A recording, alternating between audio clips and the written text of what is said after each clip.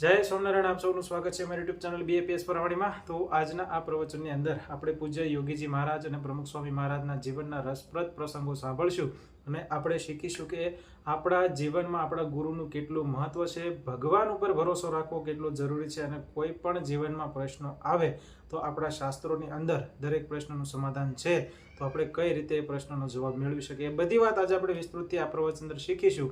ખૂબ રસપ્રદ અને મજા આવે એવા પ્રસંગો સાથે આજનું આ પ્રવચન રહેવાનું છે. તો વિડીયો સંપૂર્ણ જોઈ ચેનલને જરૂરથી સબસ્ક્રાઇબ કરી, વિડીયો લાઇક કરી, વિડીયોને જરૂરથી શેર કરજો. તો આવો આજનું આ પ્રવચન શરૂ કરીએ. જય સ્વામિનારાયણ. તમને જો ભગવાનનો આશરો ન હોય તો જમપુરીનું દુઃખ બતાવી દે ભગવાન. કારણ કે એક ઋષિ મહાત્માનો પ્રસંગ મહાભારતમાં આવે છે. એનું નામ અણિમાંડવ્ય ઋષિ હતું. એ ધ્યાનસ્થ હતા અને રાજાના ચાકરો આવ્યા અને એને ઉપાડી અને સૂળીએ દેવા લઈ ગયા. બીજા ચોરને ઝાલ્યા છે, આને ઝાલ્યો. તો ઋષિ તો ધ્યાનમાં હતા અને ઓલા ચોરને સૂળી તો આપી, પણ આમને સૂળીએ ચડાવ્યા ને તો સૂળી અંદર પેસે નહીં. ધ્યાનસ્થ હતા પણ જાગી ગયા એકદમ. એને તો આ તો ઋષિ મુનિ હતા એટલે રાજાએ ઓળખી ગયો કે ભાઈ આ ખોટું થયું, આ કેમ આવી ગયા અહીંયા. તો ઋષિ મુનિ પાસે માફી માંગી. ઋષિ એને તો માફ કરી દીધા, પણ ઋષિએ ધ્યાનમાં જઈને ધર્મરાજા એટલે યમરાજાને પડકાર્યા કે તમે મને આ સૂળી કેમ બતાવી, મને સૂળી પર કેમ ચડાવવાનું થયું? હું તો આખી જિંદગી મેં તો ભગવાન જ ભજ્યા છે. તો પેલો કહે છે કે તમે નાના હતા ને ત્યારે પતંગિયાની પાંખમાં શૂળ ભોંકેલી, શૂળ બાળકની અવસ્થામાં, બાળક તો રમતું હોય ને એમ શૂળ ભોંકેલી, એનું આ પરિણામ છે. એટલે ઋષિ તો ત્રિકાળ જ્ઞાની હતા. એને વિચાર્યું કે બાલ્યાવસ્થામાં કરેલા કૃત્યો એ તો અજ્ઞાન અબુધ અવસ્થા છે, એનું તમારે કેવી રીતે આપી શકો પનિશમેન્ટ, તમે એને એ કેવી રીતે કરી શકો? તો પછી એ વાત ત્યાં પતી ગઈ અને ભગવાનને પછી એને પછી માફ કર્યા અને જોયું કે ભાઈ એટલું તો તમારે થાય જ છે. તમે જો ભગવાનનો આશરો ન કર્યો હોય, ભગવાનને તમે ભજતા ન હો. એ તપ કરતા હતા પણ પોતાના જે અહમ ને મમત્વ ને આ ને દેહ ભાવ ને એ સહિત કરતા હતા. ભગવાનનો આશરો હોત તો એને સૂળી ન થાત. એટલે મહારાજ તો પ્રથમના 70માં લખે છે કે જે સત્સંગ કરે છે એનું સૂળીનું દુઃખ હોય ને કાંટે મટી જાય છે, કાંટો વગાડી દે બસ. જેમ આ અણિમાંડવ્ય ઋષિને તો એક નાનું એવું અમસ્તો અધર્મ થઈ ગયેલો કે તે બાલ્યાવસ્થામાં અબુધ અવસ્થામાં એક પતંગિયાની પાંખમાં સૂળ ભોંકાઈ ગયેલી, તો પણ એને સૂળીએ ચડવું પડ્યું એવું એને એક દર્શન થયું. એ સૂળી તો ન પેઠી, પરંતુ ભગવાને એક આપણને દિશા દોરી આપી કે જે ભક્ત થયો છે ને એ હંમેશા ભગવાનના વચનમાં જ વર્તે. એ આડોઅવળો ડોલે નહીં, એ કોઈનું અહિત કરે નહીં, એ મનથી પણ કોઈનું ખરાબ ઈચ્છે નહીં. તો કર્મથી તો ઈચ્છે જ કેમ? જીવ પ્રાણી માત્ર પ્રત્યે દયા રાખે, અહિંસા ધર્મ પાળે. તો એનો જે આ આશરો છે ને એ પાકો કહેવાય, દ્રઢ કહેવાય. એટલે ભગવાન એની રક્ષા કરે છે. એના નિયમો પાળતા હોઈએ ને આપણે તો ભગવાન વધારાના બતાવે છે. એમાં કહે છે કે 7 દકાળી જેવું દુઃખ આવે. આ 7 દકાળી એટલે એક દુકાળ પડે, ઉપર બીજો દુકાળ, એના પર ત્રીજો દુકાળ, 7 વર્ષ સુધી સતત દુકાળ પડે, એક પણ ટીપું વરસાદનું વરસું ન હોય. હવે એ વખતે કેવી દશા થાય? પાણી ન હોય ને માણસનો તો બધું શું કહેવાય, ઢોર ને ઢાંકર ને બધું ઉડી ગયું હોય, મરી ગયા હોય. માણસે જીવવા માટે મરવા માટે જીવતો હોય, કારણ કે પાણી જ ન હોય. 7 દકાળી પડશે ને તો પણ કે હું તમારી રક્ષા કરીશ. હવે ભગવાન આવું એક માથે લીધું છે. પણ મહારાજ પછી એમાં કહે છે જો તમે મારા નિયમો શિર સાથે પાળશો, તો બહુ કરીને પાળશો તો જ હું તમારી રક્ષા કરીશ. બસ નિયમ લોપશો તો હું રક્ષા નહીં કરું. એટલે આપણને આ જે નિયમો આપ્યા છે ને એ નિયમોમાં આપણે રહીએ તો ભગવાન આપણી રક્ષા કરે છે. જે આજે આ રથયાત્રાનો મર્મ જ આ છે કે ઇન્દ્રિયો અંતઃકરણ છે ને એ ઘોડા એ વિષયને માર્ગે દોડે છે, એટલે નિયમો લોપાય છે. એ નિયમો લોપાય છે, રથ ખાડામાં પડી જાય છે. પણ જો ભગવાનને હાથમાં લગામ આપી દીધી વિષય રૂપે પંચ વિષય રૂપે જે ઇન્દ્રિયો અંતકરણ રૂપે ઘોડા છે એની લગામ ભગવાન ઝાલી લે તો આપણી ઇન્દ્રિયોને વિષય તરફ જવા જ ન દે, ખાડામાં પડવા જ ન દે રથને. તો આપણે આશરો આ રીતે કરવાનો છે કે ઇન્દ્રિયો અંતકરણને આપણે ભગવાનને સોંપી દેવાના કે આ લગામ તમે રાખો ભાઈ, અમારા હાથમાં તો આ રહેવું નથી. તો લગામ આપીએ એટલે શું? એના વચનો કે આંખથી આપણે જોવું છે તો કુરૂપ આ જે રૂપમાં દ્રષ્ટિ જાય છે, રૂપ કુરૂપમાં, એના બદલે ભગવાનના સંતના દર્શનમાં જાય, બસ એ દ્રષ્ટિ. કાન આપણા જ્યાં ત્યાં નાખી દઈએ છીએ સાંભળવામાં, તો એ બધી ગ્રામ્ય વાર્તા કે પિક્ચર કે આ બધામાં નહીં, પણ ભગવાનની કથા વાર્તા થતી હોય, ભગવાનના ભજન કીર્તન થતા હોય એ આપણે સાંભળીએ. તો કાનને આપણે ભગવાનને આજ્ઞામાં રાખ્યા કહેવાય, એટલે લગામ આપી કહેવાય. તો એ રીતે બધી ઇન્દ્રિયોના મનને ભગવાન આપી દઈએ તો ભગવાન જે કરાવે એ સારા જ વિચારો હોય, સારા જ ઘાટ હોય, એ આપણે ભૂંડા ઘાટ મનમાં થાય જ નહીં. તો બધી જ ઇન્દ્રિયો છે એ ભગવાનને માર્ગે ચાલે ત્યારે એ આશરો દૃઢ કર્યો કહેવાય. અને આપણું કોઈ પોતાનું રહે જ નહીં. એકવાર પેલા રાજા હતા, જનક રાજા, એને એના ગુરુને કહ્યું કે ગુરુએ એને કહ્યું કે જનક, તું મને તારું સર્વસ્વ બધું રાજ્ય સોંપે, તારું મન સોંપી દે. તો જનકે સોંપ્યું, એમાં શું કે ખરેખર સોંપ્યું, ક્યાં સોંપ્યું. પછી કથા ચાલતી હતી અને જનકને કંઈક વિચાર આવ્યો, ઉઠો ઊભા થયા. પહેલા કહે કેમ ભાઈ ઊભો થયો, બેસ, કે મારે થોડુંક કામ આવી ગયું. કે તે મન મને સોંપ્યું છે ને, તારું મન વિચાર કેમ કરે બીજો? તો જો મન સોંપ્યું હોય ને, એ તો કેટલો સૂક્ષ્મ વિચાર છે કે મન સોંપવું એટલે પછી અમન જ થઈ જવાનું. ગુરુ કે એ જ વાત, એ સવળી દિશા, એ જ વિચાર ચાલ્યા કરે. આપણે કોઈ એવું મન સોંપતા નથી. પણ જો કે શ્રીજી મહારાજ આપણને પ્રથમના 73ના વતનમાં કહે છે કે મન સોંપ્યું કોને કહેવાય? મન સોંપ્યું એને કહેવાય કે મહારાજ કે અમે સાધારણ રીતે કોઈને આજ્ઞા કહેતા હોઈએ કે બુરાનપુર કે કાશી કોણ જશે, તો મહારાજ કહે છે કે જેને મન સોંપ્યું હોય ને એ ઊભો થઈને કહે કે મહારાજ હું જાઉં. જે મન સોંપ્યું હોય એને કહેતા મહારાજને પણ બીક લાગે નહીં, અને સીધો જ એ મહારાજનો આ વચન પાડીને ઉપડે, એનું મન સોંપ્યું કહેવાય. તો આપણે એ રીતે મહારાજનું વચન છે ને અધ્યત ઝીલી લઈએ, એ મન સોંપ્યું કહેવાય. એ તો જે આપણે ગુરુ પરંપરામાં જોઈએ છીએ, ગુણાતાન સ્વામી ભગતજી મહારાજ, શાસ્ત્રી મહારાજ, યોગીજી મહારાજ, પ્રમુખ સ્વામી મહારાજ, મહંત સ્વામી મહારાજ, એને પોતપોતાના ગુરુઓને જે રીતે મન સોંપ્યું છે એના જો આપણે પ્રસંગો સાંભળીએ ને તો પણ આપણે આપણા મનને કોઈ વિષયમાં મૂકી શકીએ નહીં. ભગવાનના ચરણોમાં જ મનને રાખીએ તો આપણે નિશ્ચિંત રૂપે આપણો રથ છે ને અક્ષરધામને પામે, અક્ષરધામના દ્વાર સુધી અક્ષરધામમાં લઈ જાય મહારાજ. બાકી તો જો ઇન્દ્રિયોને બધું મનને સોંપી દઈએ છે ને, ઇન્દ્રિયોના ઘોડા, તો મન છે તો એ તો કેવું છે, વિષય જ થઈ જાય છે. એટલે મનને ભગવાનને સોંપી દેવાનું અને લગામ પણ ભગવાનને સોંપી દેવાની. તો આ રથયાત્રાનો એક મોટું હાર્દ આ છે. અને આશરો, જેને જેનો આશરો તેને તેની લાજ. આપણે ભગવાનનો આશરો કર્યો છે તો આપણી લાજ ભગવાનને છે. આપણે ક્યાંય પણ દુઃખ એક રંજ માત્ર નહીં આવવા દે. ગુણાતાન વાતમાં લખ્યું ને કે જેમ હાથ કંઠની રક્ષા કરે છે, પાપણ આંખની રક્ષા કરે છે, અને મા બાપ દીકરાની રક્ષા કરે છે, એમ ભગવાન સતત આપણી રક્ષામાં બેઠા છે.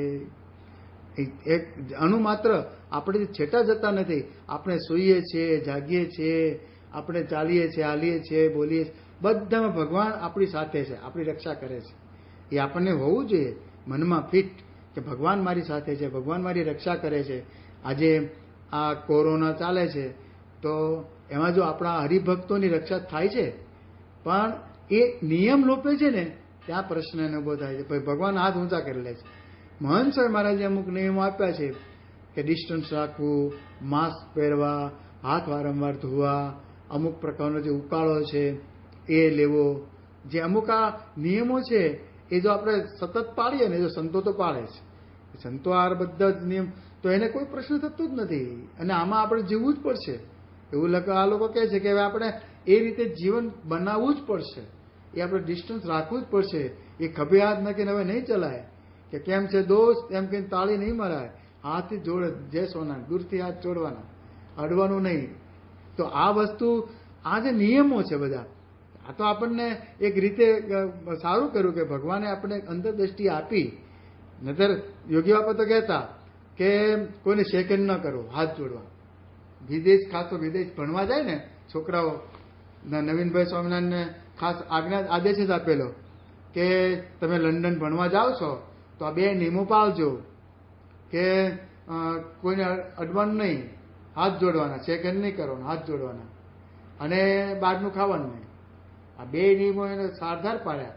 તો આ જો આ નિયમો આપણે પાળીએ ને તો આશરો અને ગુરુનો આશરો, ગુરુ આપણી સાથે છે એવું અનુભૂત થાય તમને. નહીતર એવું લાગે કે આપણે કોણ જોનારું છે, ચાલો ને ખાઈ લઈએ ને પી લઈએ ને હરી લઈએ ફરી લઈએ, પણ એમ નહીં, ગુરુ આપણી સાથે છે જ.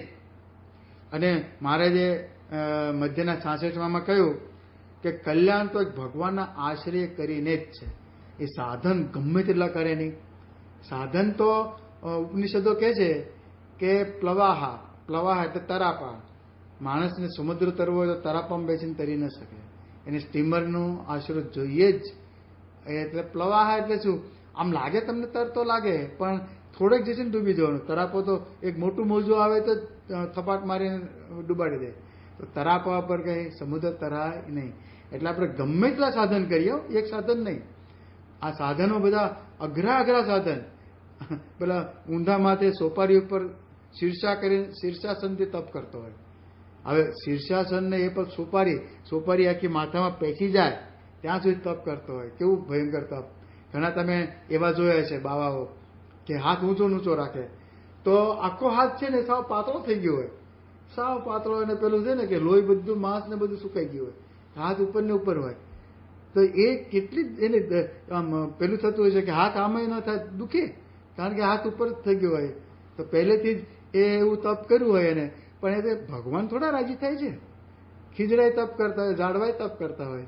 ભગવાનનો આશરો કરીને તપ કરે, એની આજ્ઞામાં ઇન્દ્રિયો અંતઃકરણને મરડીને રાખે, એ મોટું તપ.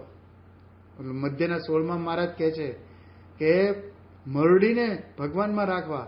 એમ તો વિષય તરફ જ દોડ છે ઇન્દ્રિયોની, પણ મરડીને ગમે તેમ કરીને ભગવાનમાં જોડવા. એ કથા સાંભળવી, દર્શન કરવા. આપણે અત્યારે તો કેવું સારું છે કે ગુરુ હરિ દર્શન આપણને આપણા નેટમાં, આપણી વેબસાઇટમાં કેટલા વખતથી બાપાના જૂના ગુરુ હરિ દર્શન તમે જુઓ ને ખુશ થઈ જાઓ.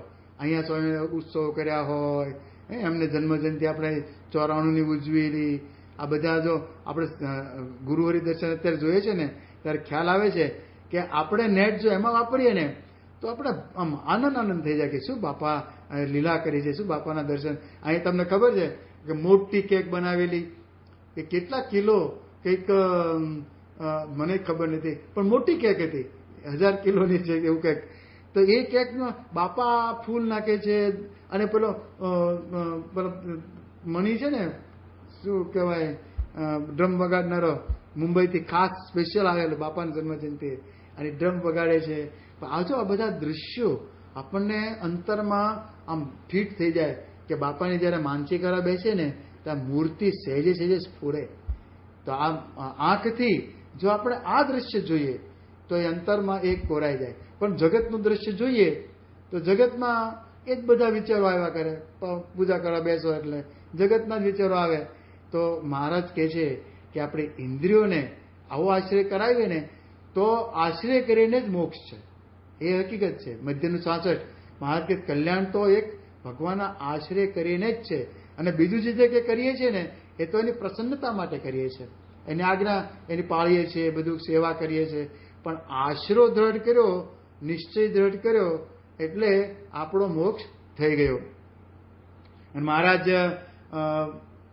વડતાલના 14માં કહે છે કે સત્પુરુષનો આશરો કરે ત્યારે ગમે તેવો પાપી હોય તો પણ અતિ પવિત્ર થઈ જાય.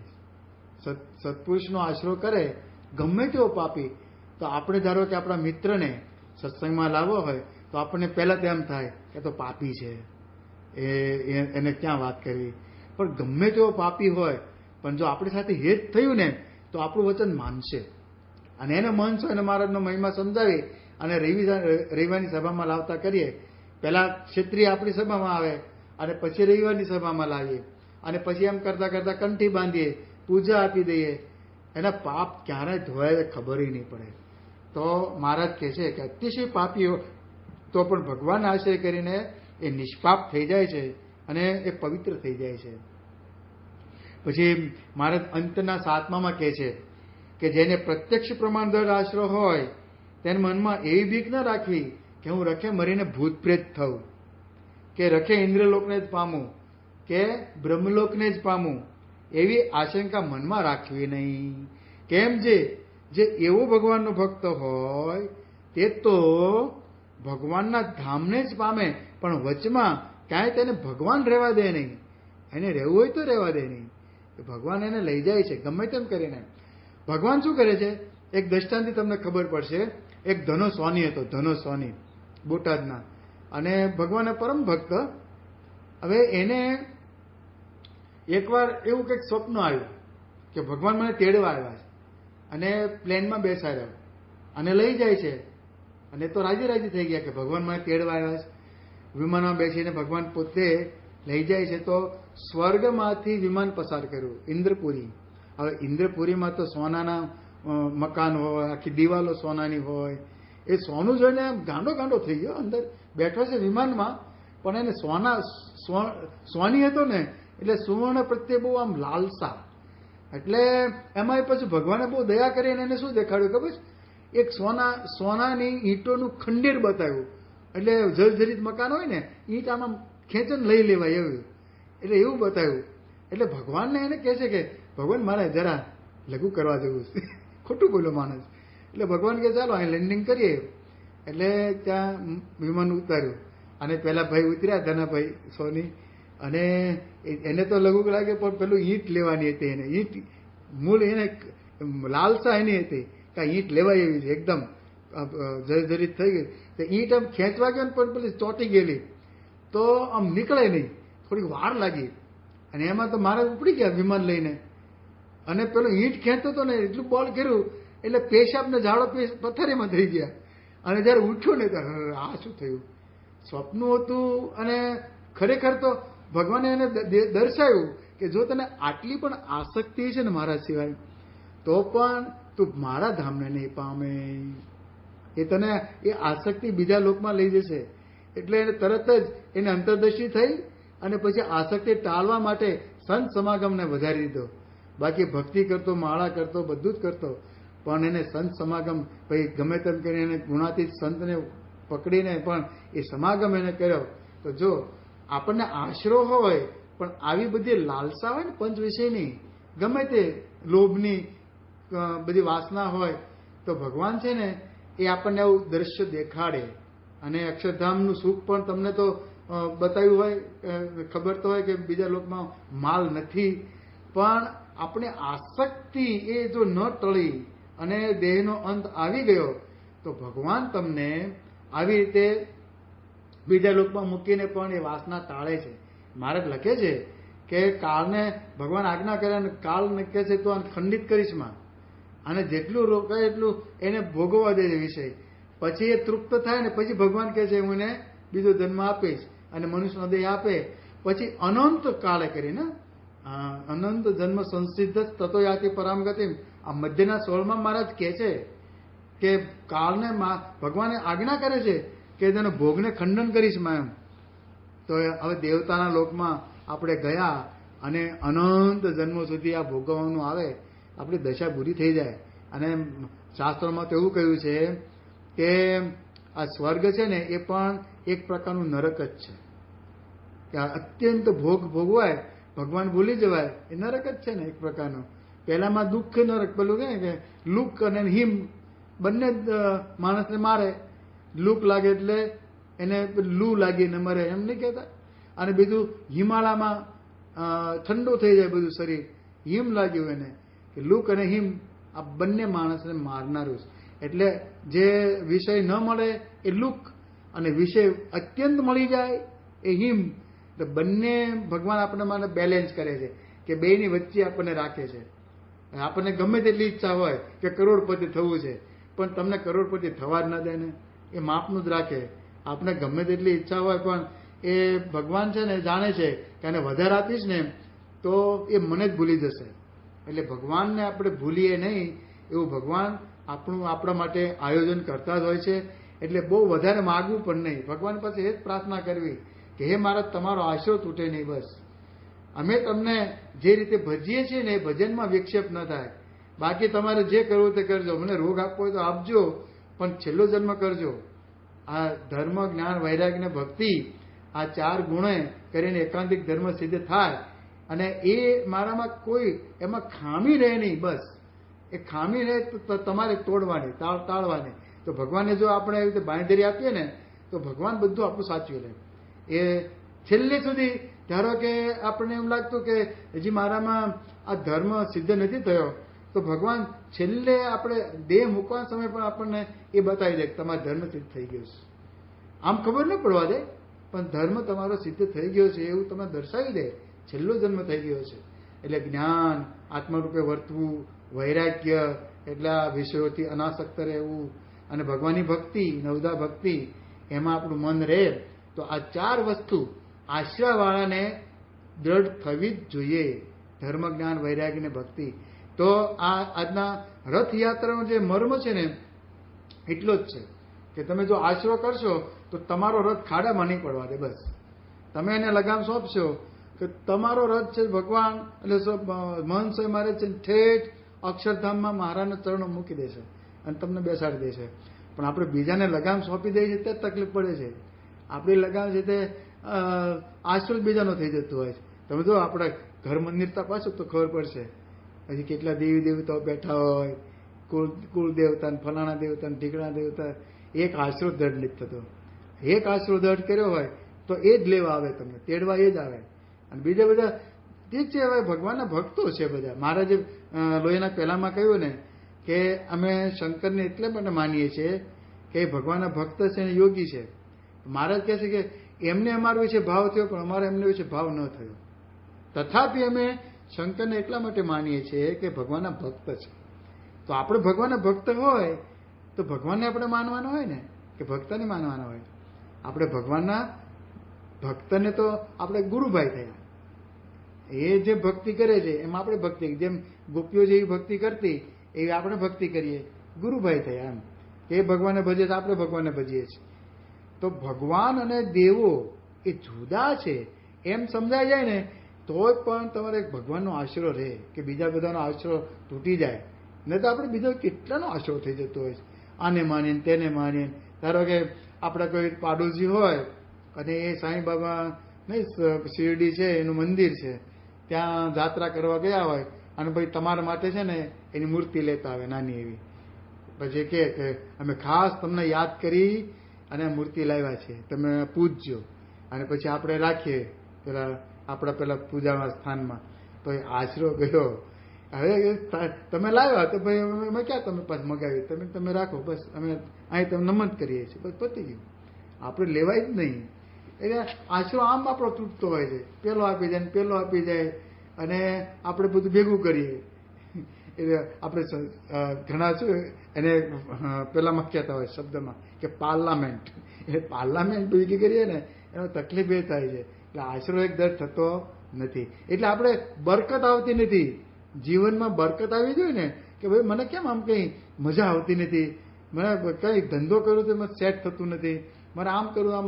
પછી આશરો બધો કેટલી પ્રકારનો થતો હોય છે. એટલે અને ધારો કે આશરો આપણે દઢ કર્યો હોય અને ભગવાનને લગામ સોંપી હોય તો પણ આપણા પ્રારબ્ધમાં અમુક જે ઊંચા નીચે પણ આવતું હોય ને ઊંટના બેસણા જેવો સંસાર છે એટલે ઊંચા નીચા હેલા આવવાના.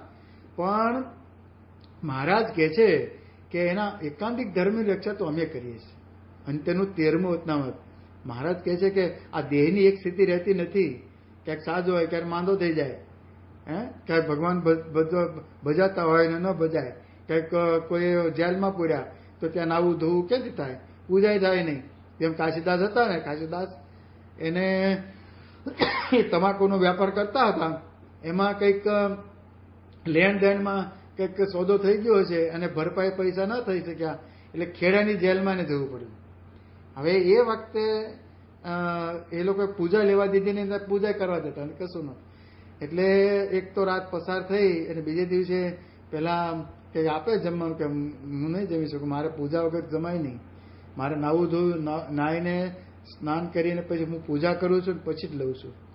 એટલે પહેલાને થયું અંગ્રેજોને કે ભાઈ આની આસ્થા છે તો એને નવરાવા, તો હાથ કડીઓ સહિત જ એને ત્યાં પેલી વાત્રક નદી વહે છે ને ખેડાને બડીને, એ વાત્રક નદીમાં સ્નાન કરવા લઈ ગયા બેડીઓ સાથે.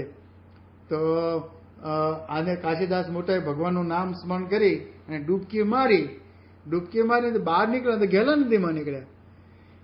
અને પેલા આમ હાથથી આમ તાણી લીધી પેલી હાથ કડીઓ પગમાં, પેલા કડીઓ હાથ કડી જોડેલી ને બેડી મૂકેલી ને પગની, તો સાંકળો એમનો લઈને ઘરે પછી કે વયા ગયા કે ભાઈ આ તો ડૂબી ગયા, શું થયું ખબર નહીં, ક્યાં ગયા.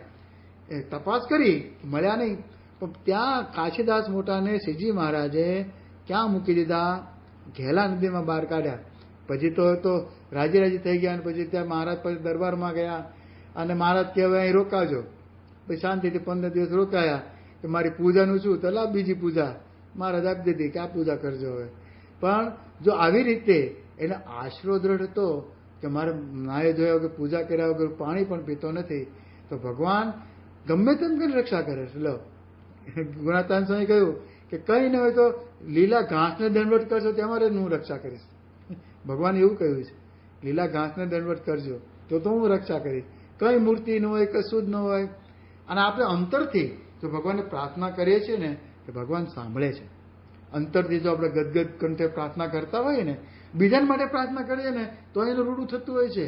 કે દર્દી હોય ધારો કે, અને તમે એની પાસે તપાસ શું કહેવાય ખબર કાઢવા ગયા, પછી તમને એમ લાગે કે આનો સારું થઈ જાય, હાલો ભગવાનને પ્રાર્થના કરીએ સોમનાથ સોમનાથ, અને તમે આસ્થાપૂર્વક શ્રદ્ધાથી અને મન દઈને ભગવાનની મૂર્તિને અંતરમાં ધારીને પ્રાર્થના કરો ને, સોમનાથ સોમનાથ સોમનાથ સોમનાથ ધૂન કરો, તો ખરેખર એ વ્યક્તિને પણ સાજો થઈ જાય, એને સારું થઈ જતું હોય, એ રોગ હટી જતો હોય. કારણ ભગવાન તમારું માને છે. અને ભગવાન કહે છે, વડતાલનું 19મું છે ને, એમાં મહારાજ કહે છે કે ભગવાન જે મનોરથ કરે, ભક્ત મનોરથ કરે છે એ ભગવાન પૂરા કરે છે. ભક્ત મનોરથ પૂરકાય નમઃ. ભક્તના મનોરથ એ પૂરા કરે છે, એવા આપણા ભગવાન છે. અને ઊભા જ રહે છે, જ્યારે તમે યાદ કરો ત્યાં આવી જ જાય, ઊભા જ હોય. તો ભગવાનને આ રીતે આપણે ભજીએ તો આશરો દઢ કર્યો કહેવાય. અને આ લોકમાં તો સુખ દુઃખ આવ્યા કરે, હેલા આવ્યા કરે, પણ આશરો કંઈ ફેરફાર ન કરવો. આપણે કહ્યું એમ કે ભાઈ પેલો મૂર્તિ આપી જાય, પેલો કેલેન્ડર લટકાઈ જાય, પેલો આમ કહી જાય. એટલે આપણે કે પેલું ઘર પેલો ધર્મશાળા થોડી છે કે બધા થોડું થોડું મૂકી જાય ને આપણે પૂજીએ. આમાં તો ગુરુએ મૂર્તિ આપી હોય એ આપણે પૂજીએ અને એને કંઈક આશરો. આપણે કે બીજાનો કંઈ નિષેધ કરતા નથી, એ એને મુબારક છે, એ મજે છે, ભલે ભલે, પણ મારે આશરો શ્રીજી મહારાજનો છે. અને આપણે આની વાત સાંભળીએ છીએ ને તુલસીદાસની, કે તુલસીદાસ છે ને વૃંદાવન ગયા અને બાકે બિહારીની મૂર્તિ જોઈ અને દર્શન કરવા માથું નમાયું નહીં એને. એટલે બધા કહે છે કે નમસ્કાર તો કરો કે કાહે કહું છબી આજ કી ભલે બિરાજો નાથ, તુલસી મસ્તક તબ નમે જબ ધનુષ બાણ લિયો હાથ. તમે બરાબર છો, તમે આવા રૂપાળા છો ને બધું જ છે, પણ મારું મસ્તક તો ત્યારે જ નમશે કે તમે જ્યારે મને ધનુષ બાણ હાથમાં લઈને દર્શન દો. તો એને ખરેખર દર્શન દેવા પડ્યા ધનુષ બાણ હાથમાં લઈને. તો બાકે બિહારીની મૂર્તિ પણ એ રામ રૂપે થઈ ગઈ. તો જો આપણે દર્શન કરવા જઈએ ત્યારે ભગવાનને આવી રીતે યાદ કરીએ છીએ ખરા કે મારા સ્વામિનારાયણ ભગવાન આમાં બેઠા છે. કારણ કે તો અનંત કોટી બ્રહ્માંડોમાં રજમાં એમનો વાસ છે, એ ક્યાં નથી? તો ભગવાન સ્વામિનારાયણ બધે જ છે, બધામાં બેઠા છે. તો ત્યાં જે આપણે મંદિરે જઈએ મૂર્તિમાં તો આંખો બંધ કરીને તરત જ ગોંડલના ઘનશ્યામ મહારાજના હું દર્શન કરું છું. એમ આંખો બંધ કરીને દર્શન કરીએ તો દર્શન આપણે સ્વામિનારાયણ જ થવાના, ભલે ત્યાં આપણે જવાનું થાય. પણ જો ભગવાનના દર્શન આપણે બધામાં કરીએ ને તો એ આપણી ભક્તિ છે, પતિવ્રતાની ટેક છે, એમાં ખોટું નથી. જેમ તુલસીદાસે બતાવ્યું એમ ખોટું નથી. હું તો મારા ભગવાનને ભજું છું. તો આશરો એકનો જ હોય અને આશરો ઉત્તમ હોય. આશરો પેલો શ્લોક કહે છે ને કે નીચાશ્રયો ન કર્તવ્ય, કર્તવ્યો મહદાશ્રય. અજા સિંહ પ્રસાદેન આરૂઢા ગજમસ્તકે. આ એક કથા આવી ગઈ, વાર્તા છે એની ઉપર, કે એક ભરવાડ હતો, એ એના બકરા ચારવા જંગલમાં ગયો. પછી એક બકરી છે તે એક ખાડામાં પડી ગઈ છે, લંગડાતી હતી. એટલે બધા બકરાને સાંજ પડે તો બધા ભેગા થઈ ગયા અને ભરવાડ એને લઈને એના ગામ જતો રહ્યો. પણ આ એક બકરી બચારી રહી ગઈ. એને વિચાર્યું કે હવે આ રાત પડશે અને જંગલી પશુ આવશે મને ખાઈ જશે. તો એને શું વિચાર્યું, પેલું કે ચાંદાના અજવાળે એને સિંહનું પગલું શોધી કાઢ્યું. એ સિંહનું પગલું છે ને એની બાજુમાં જઈને બેસી ગઈ. અને જેમ જેમ રાત વીતવા માંડી એમ પેલો ઝરખ આવ્યો, જંગલી પેલા કૂતરા હોય છે ને એવો, અને કે હું તને ખાઈ જાઉં. તો કે જો ભાઈ હું આ પગલે બેઠી છું. એટલે તરત હોઈ ગયો, તો પછી સિંહનો માલ છે, એ અડ્યો નહીં એને. એ પછી જે જંગલી પશુઓ હતા, ચિત્તો આવ્યો એને પણ આ બતાવ્યું. પછી વાઘ આવ્યો એને પગલું બતાવ્યું. એ વાઘ ચાલ્યો ગયો. જેમ રાત પડી 12 વાગ્યા ને સિંહ પોતે આવ્યો. સિંહને પછી આખી કથા કરી આ બકરીએ કે જો ભાઈ હું છે તે આટલાથી બચી ગઈ છું, તમારા પગલે બેઠી છું. હવે તમે મને મારો કે તારો, તમારા આશરે બેઠી છું, તો આટલે બચી ગઈ. તો સિંહ કે એમ તું મારા નામથી આટલા બધેથી તને તારી રક્ષા થઈ, તો હું તને જા જીવતદાન આપું છું, હું તારી રક્ષા કરું. એમ કરીને એને હાથીને બોલાવ્યો. અને હાથી આવ્યો. એને કહ્યું કે તું માથે ધીમેથી સૂંઢથી ઊંચકી લે અને તારે માથે બેસાડી દે, અને એના નેસમાં મૂક્યા, જ્યાં બાજુના ગામમાં નેસ છે ત્યાં મૂક્યા. એટલે હાથી પછી એને લઈ ગયો. તો એવું કહેવાય છે કે અજા એટલે બકરી સિંહ પ્રસાદ, એને સિંહની કૃપાથી આરૂઢા ગજ મસ્તકે, અને કોણી કૂંપળો ખાતી એ પોતાના ઘરે પહોંચી ગઈ. તો જો આવો આશરો કરવો, નીચાશ્રય ન કરતો. હવે જો એને વરુનો આશ્રય કર્યો હોત તો ચિત્તથી બચે, ચિત્તો ખાઈ જાય. ચિત્તાનો આશ્રય કર્યો તો વાઘથી બચે, વાઘ મારી નાખે. વાઘનો આશ્રય કર્યો હોત તો સિંહથી બચે, સિંહ આવીને મારી નાખે. પણ સિંહનો આશ્રય કર્યો, સર્વોચ્ચ આશ્રય, એટલે સિંહથી કોઈ મોટો જંગલનો રાજા એનો આશ્રય કર્યો, એટલે બધાથી બકરી બચી ગઈ. તો આશરો આવો આપણે કરીએ ભગવાનનો, તો આજે આ રથયાત્રાનો આ મર્મ છે કે આપણે ગમે તેવા આવીશું, આ બકરી જેવા સાવ નિર્બળ, કે કોઈની સામે આપણે કંઈ કરી ન શકીએ. કાળ માયા આ બધા બહુ ભયંકર હોય છે, અને આપણા કર્મો પણ એવા હોય કે આપણે દુઃખ દે. પણ ભગવાનનો આશરો કર્યો તો ભગવાન છે ને બધાના સંબંધો તોડી નાખે છે, અને ભગવાન પોતાના આશરે આપણને સુખ્યા કરી મૂકે છે. એટલે મહારાજ આમાં આ રથયાત્રાના દિવસે આપણે ખાસ કહે છે કે તમે ઇન્દ્રિયોના દોરા દોરશો નહીં, નિયમ બરાબર પાળજો. બસ ઇન્દ્રિયોને તમે મરડીને રાખજો. અને મહારાજ જેતલપુરના પહેલામાં કહે છે ને કે માયા તરવાનો ઉપાય શું છે, કે માયાના નાશ કરનારા અને માયાથી પર અને સાક્ષાત્કાર એવા જે પુરુષોત્તમ ભગવાન, એનો આશરો, અથવા ભગવાનના મળેલ સંત એનો આશરો, એ આશરો ભગવાન એને મળેલ તેમને જીવની પ્રાપ્તિ થાય, એનો આશરો થાય, ત્યારે તેમના આશ્રયથી માયા ઉલ્લંઘાય છે. માયા ઓળંગવા માટે પણ આ બે જ કયા આશરા, ભગવાન અને ભગવાનના સંત. એટલે વધતા મતોમાં છે ને મહારાજે જ્યાં જ્યાં મોક્ષની વાત કરી છે, કે માયા ઓળંગવાની વાત કરી છે, નિર્વાસનિક થવાની વાત કરી છે, બ્રહ્મરૂપ થવાની વાત કરી છે, ત્યાં ભગવાનના ગુણાતીત સંતને મૂક્યા છે, આગળ ધર્યા છે કે તમે એનો આશરો કરશો, એની આજ્ઞા માનશો, એમનું વચન પાળશો, તો તમે માયાને ઉલ્લંઘી જશો અને નિર્વાસનિક થઈ જશો. મહારાજને આપણે કરાવવું છે આ કે બધેથી આશરો તોડીને એક ભગવાનનો આશરો આપણે રહે. અને સ્વામીને કહે છે ને પહેલા પ્રકરણની 172ની વાત કરી કે તપ કરીને બળી જાય તો પણ ભગવાનનો આશરો ન હોય તો તેડવા ન આવે નહીં. હિંડોળા ખાટમાં સૂઈ રહે ને દૂધ સાકર ને ચોખા જમે ને સેવાના કરનારાને રળનારા તો બીજા હોય તો પણ તેને અંત સમય વિમાનમાં બેસી રહીને ભગવાન તેડી જાય. જો ભગવાનનો દ્રઢ આશરો હોય તો, એટલે રળનારા બીજા હોય અને પોતે હિંડોળા કાંઠે હિંચકતો હોય એટલા બધા પોતાની પાસે એટલા કારીગરો શું એના પોતાના નોકર ચાકર એટલા હોય એમ, તો પોતાને તો કંઈ કરવાનું હોય જ નહીં, તો પણ કે છે હિંડોળા કાંઠે હિંચકતો હિંચો અક્ષરધામમાં જાય. તો ભગવાનોને આશરો છે, તો એ તપ કરીને બળી જાય પેલો તો પણ ભગવાન તેડવા ન આવે. અને ભગવાનનો આશરો હોય તો આપણે ગ્રહસ્થો છીએ ને બધા, જે બૈરા છોકરા છે, વ્યવહાર છે, સગાવાલા છે, બધું જ છે. એને મારા ગુણાતાન સ્વામીએ કહ્યું ને શિવલાલ શેઠને, એને બળદગાડીમાં માફામાં સ્વામી બેઠેલા અને એમ નીકળતા હતા અને એક નદી પસાર કરતા હતા. એ રેતી પાણી નહોતું નદીમાં, અને રેતીમાં ઢૂંઢિયો તપ કરતો હતો. અને એ વખતે ઉનાળાનો તાપ હતો, વૈશાખનો. પછી શિવલાલ શેઠ કહે છે કે સ્વામી આપ નહોતા મળ્યા ને એ પહેલાનો મારો ગુરુ હજી તપ કરે જો. તો સ્વામી શું બોલ્યા કે શિવલાલ એ ઢોલ વગાડતો નરકે જશે અને તું આ તારા બૈરા છોકરા બળદ ગાડી સહિત બધા અક્ષરધામને પામશો, કારણ કે તમારે પ્રત્યક્ષ ભગવાનનો આશરો છે. તો આ જો આશરો કેટલું કામ કરે છે. પહેલા તો આકાશમાં ભડાકા હતા, તપ કરતો હતો પણ ભગવાનને જ માનતો નહોતો. તો ભગવાનને ન માને તો ક્યાં જવાનું, માયામાં ક્યાંય રખડવાનો ને. તો ભગવાનનો આશરો જો આપણે આવી રીતે કર્યો છે તો આપણે બીજો કોઈ સંકલ્પ કરવો નહીં કે ભગવાન જ આપણે તેડવા આવવાના છે, અને ગમે ત્યારે તેડવા આવે તૈયાર રહેવાનું બસ. એ પછી એમ નહીં કે ભાઈ અત્યારે ભગવાન તમને તેડવા આવે ને કહો કે ભગવાન થોડુંક વેઇટ કરો ને, મારે જે આમ કરવું છે ને તેમ કરવું છે.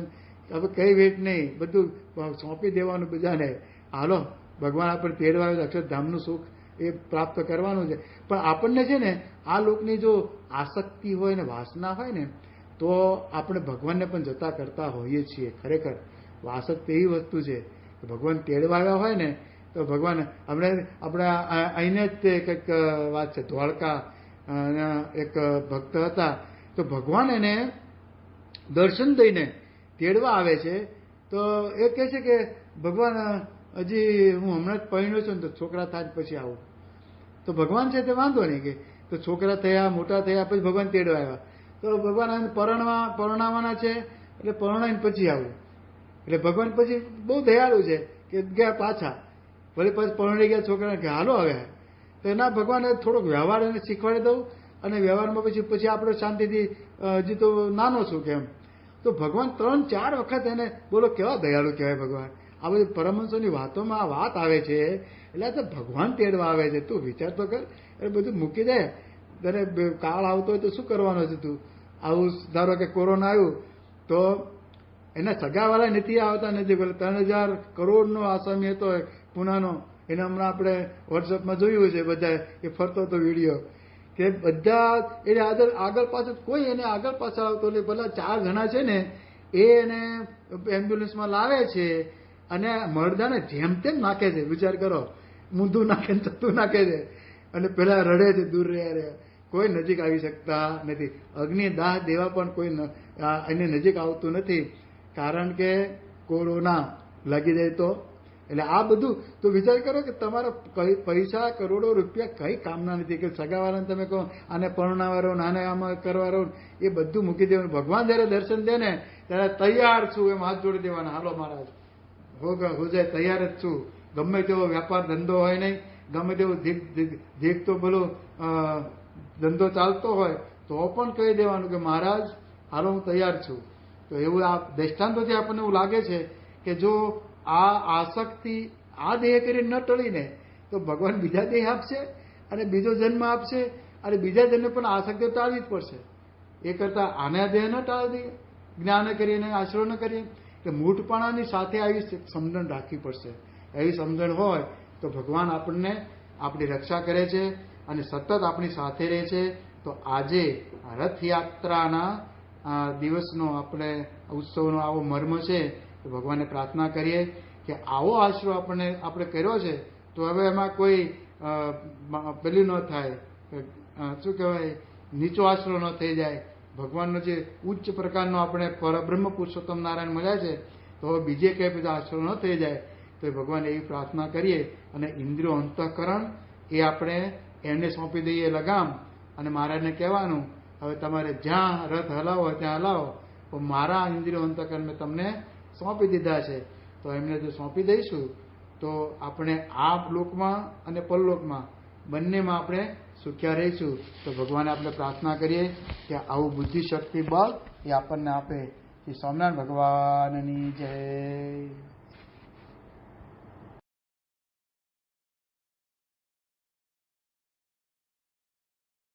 તો જોઈને આજના આ પ્રસંગની અંદર આપણે ખૂબ સરસ વાત શીખ્યા કે કઈ રીતે આપણા શાસ્ત્રો અને ખાસ કરીને આપણા ગુરુઓ આપણને જીવનને એક અલગ જ દિશા આપી શકે છે. આપણા દરેક પ્રશ્નોનું, મૂંઝવતા પ્રશ્નોનું જે નિરાકરણ છે એ આપણા શાસ્ત્રોની અંદર, અને સાચા ગુરુ એટલે કે આપણા જીવનના યોગ્ય ગુરુ આપણને માર્ગદર્શન આપતા હોય છે. બધી વાત આજે આપણે આ પ્રવચન અંદર વિસ્તૃતિ સાંભળી. તો આવા જ પ્રવચનો જોવા માટે અમારી ચેનલને જરૂરથી સબસ્ક્રાઇબ કરો, વિડીયો લાઇક કરો, વિડીયોને શેર કરો. તો આવો મળી એક નવા પ્રવચન સાથે. ત્યાં સુધી આપ સૌને જય સ્વામિનારાયણ.